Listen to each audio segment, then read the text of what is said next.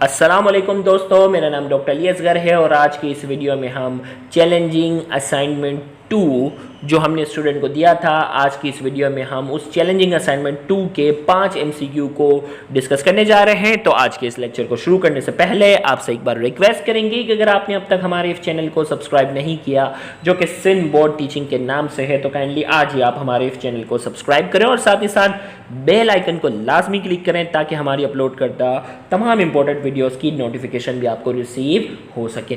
तो आइए, जो चैलेंजिंग असाइनमेंट 2 का जो पहला सवाल था आपके सामने है, eight which point in the circuit is the current the smallest. भाई, कौन से हिस्से में करंट जो है वो सबसे कम है सर्किट में, हमें बताना है। 4 ऑप्शन है हमारे पास, option A, option B, option C and option D. ये 4 ऑप्शन हमारे सामने। अब देखिएगा, करंट जो है वो यहाँ बैटरी से फ्लो करता हुआ आया और इस रेजिस्टर से गुजरा।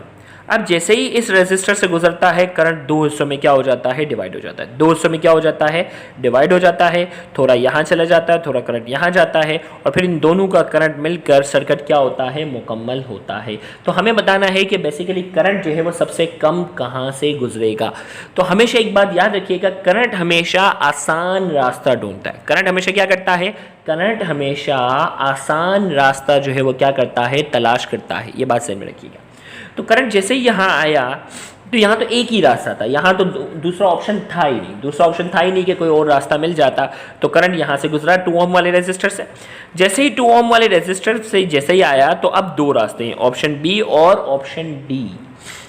अब करंट हमेशा आसान रास्ता ढूंढता है, जहां रेजिस्टेंस कम होगी करंट वहां से ज्यादा गुजरेगा। तो अब देखो भाई, करंट जैसे ही यहां से 2 ओम रेजिस्टर से गुजरता भाई यहां आया। अब 2 रास्ते थे, या तो बी से गुजरना या डी से गुजरना है। ज्यादा कहां से गुजरेगा, ज्यादा बी से गुजरेगा, क्योंकि यहां रेजिस्टेंस क्या है, 1 ओम, रुकावट कम है। जबकि यहां रुकावट क्या है, 3 ओम की रेजिस्टेंस है, रुकावट क्या है, ज्यादा है। तो लिहाजा ज्यादातर करंट जो होगा वो 1 ओम वाले रास्ते से गुजर जाएगा, जबकि बिल्कुल मामूली सा करंट जो होगा वो 3 ओम वाले से गुजरेगा। और फिर ये दोनों करंट जो है वो यहाँ इस पोल पर यानी सी पॉइंट यहाँ कंबाइन होकर सी से गुजरेंगे। तो इस पूरी सिनारियो में, इस पूरी सिचुएशन में अगर मैं आपसे पूछूं सबसे कम करंट कहां से गुजरेगा, तो सबका जवाब एक ही होगा, ऑप्शन डी से।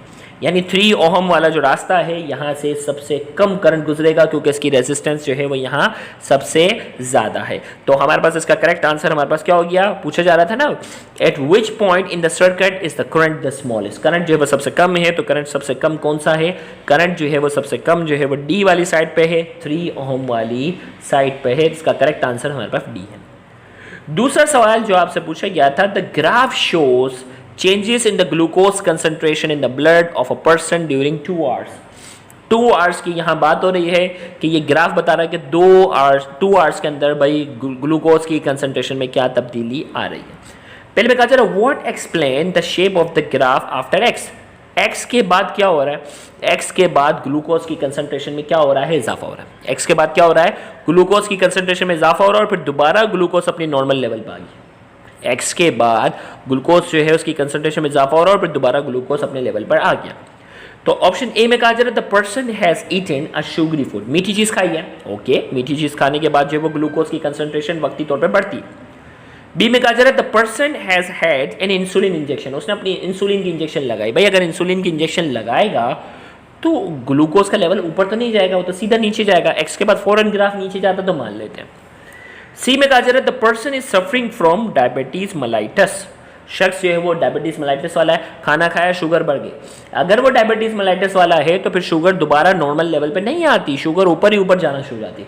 अगर वो डायबिटिक वाला है, इंसुलिन की इंजेक्शन नहीं लगाई, मीठी चीज़ या कोई ऐसी खा ली है, तो उसमें क्या हो जाएगा कि एक्स के बाद अगर ग्लूकोज का लेवल ऊपर जाएगा तो वो ऊपर ही रहेगा, दोबारा नॉर्मल पे नहीं आएगा। नॉर्मल पे आ रहा है, इसका मतलब वो डायबिटिक वाला पेशेंट नहीं है। डी में कहा जा रहा है, the person start some physical exercise.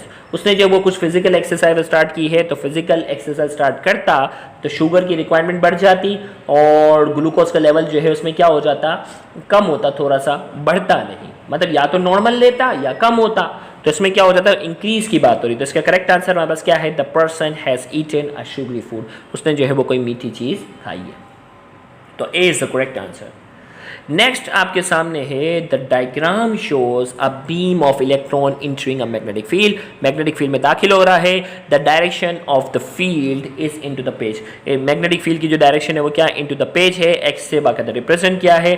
और हमसे कहा जा रहा है what will be the initial direction of the deflection of the electron as the beam passes through the field. जैसे इलेक्ट्रॉन बीम जो इस फील्ड से दाखिल होगी उसकी इनिशियल डायरेक्शन क्या होगी।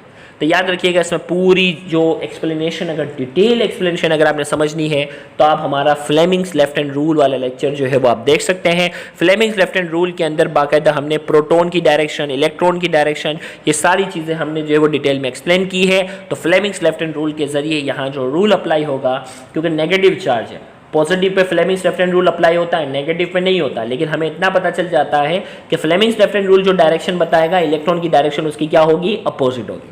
तो इलेक्ट्रॉन जैसे ही यहाँ से दाखिल होता है तो इलेक्ट्रॉन जो होगा वो इनिशियल डायरेक्शन क्या होगी, वो डाउनवर्ड मूव करेगा। इलेक्ट्रॉन क्या करेगा, इलेक्ट्रॉन जैसे ही इसके अंदर दाखिल होगा वो नीचे की तरफ डाउनवर्ड डायरेक्शन में क्या करना शुरू करेगा, मूव करेगा। इस पे फ्लेमिंग्स लेफ्ट हैंड रूल जो है वो क्या हो रहा है, अप्लाई हो रहा है। So what will be the direction of the deflection of the electron as the beam passes through the field? Into the page, out of the page, towards the bottom of the page. Towards the bottom of the page, क्योंकि वो downward direction में जाना शुरू करेगा। लिहाजा इसका correct answer जो है वो सी है। बाकी डिटेल के लिए आप फ्लेमिंग्स लेफ्ट हैंड रूल वाला लेक्चर जो है वो देख सकते हैं। नेक्स्ट आपके सामने है the circuit shows 3 resistor connected to the cell. 3 resistor आपके सामने हैं जो कि एक बैटरी के साथ जो है वो कनेक्ट हैं। The resistors have different value of resistance. Resistor की जो है वो मुख्तलिफ वैल्यू है रेजिस्टेंस की। V1 and V2 are potential differences. I1 and I2 are current as shown. I1 और I2 और V1 और V2 पोटेंशियल डिफरेंस है और I1 और I2 करंट है। Which pair of the relationship is correct? कौन सा रिलेशन जो है वो करेक्ट है? अगर आप यहाँ देखें, यहाँ से करंट गुजरेगा, करंट 2 रास्तों में कन्वर्ट हुआ। ये दोनों किस में है, पैरेलल में कनेक्ट है। दोनों रेजिस्टर किस में कनेक्ट है, पैरेलल में। और आपको मालूम है कि पैरेलल में वोल्टेज जो होता है वो सेम होता है, जबकि करंट जो होता है वो डिफरेंट होता है। सिंपल। अब आपने जवाब देना है I1 and I2 are equal. भाई करंट तो बराबर नहीं होगा, करंट डिफरेंट होगा। I1 एंड I2 फिर कह रहा है इक्वल है, नहीं। I1 and I2 not equal, okay. And V1 and V2 are equal. दोनों पैरेलल में है, पैरेलल में V1 और V2 दोनों इक्वल होंगे, जबकि I1 और I2 जो होंगे वो दोनों इक्वल नहीं होंगे। तो लिहाजा इसका करेक्ट आंसर हमारे पास क्या है, इसका करेक्ट आंसर हमारे पास जो है वो C is the correct answer, जिसमें I1 and I2 are not equal and V1 and V2 are equal. तो यहाँ जो ये 5वां सवाल हमारे सामने है चैलेंजिंग असाइनमेंट 2 का। तो चैलेंजिंग असाइनमेंट 2 का जो 5वां सवाल है, इसमें कहा जा रहा है बीम ऑफ इलेक्ट्रॉन जो है वो मैग्नेटिक फील्ड की डायरेक्शन बताई जा रही है, इसमें दाखिल हो रहा है। What is the effect of the magnetic field on the electron? Electron पर इसका क्या इफेक्ट होगा, हमें बताना है। ऑप्शन ए में कहा जा रहा है they are deflected into the plane of the diagram, they are deflected out of the plane of the diagram, they are deflected towards the bottom of the diagram, they are deflected towards the top of the diagram. अब इसके ऊपर जो है वो बाकायदा जो apply होगा वो Fleming's left hand rule apply होगा। और फ्लेमिंग्स लेफ्ट हैंड रूल के मुताबिक यहाँ अगर कोई, क्योंकि Fleming's left hand rule positive apply होता है, और यहाँ अगर जो है वो प्रोटॉन होता तो प्रोटॉन इनवर्ट जाता और इलेक्ट्रॉन के ऊपर नेगेटिव चार्ज है, लिहाजा इलेक्ट्रॉन जो होगा वो आउटवर्ड आएगा। तो इसका करेक्ट आंसर जो है वो क्या है, they are deflected out of the plane of the diagram. ये जो है वो कहाँ आएगा, आउटवर्ड डायरेक्शन में आएगा। डिटेल के लिए आपने जो है वो फ्लेमिंग्स लेफ्ट हैंड रूल वाला जो है हमारा लेक्चर देखना है, उसमें तमाम चीज़ों को बाकायदा डिटेल में क्लियर किया हुआ है। तो आप फ्लेमिंग्स लेफ्ट हैंड रूल और आगे सिंध बोर्ड टीचिंग लिखकर वो लेक्चर ज़रूर देख सकते हैं। तो उम्मीद करते हैं कि चैलेंजिंग असाइनमेंट 2 आपने जो है वो अच्छे से समझा होगा। और आप अपना कमेंट में स्कोर भी बता सकते हो कि सर आपकी कितने सही थे पहले से, कितने गलत थे, और फिर आपको एक्सप्लेनेशन से क्या फ़ायदा हुआ वो भी आप कमेंट में लिख सकते हैं। Thank you very much. Allah.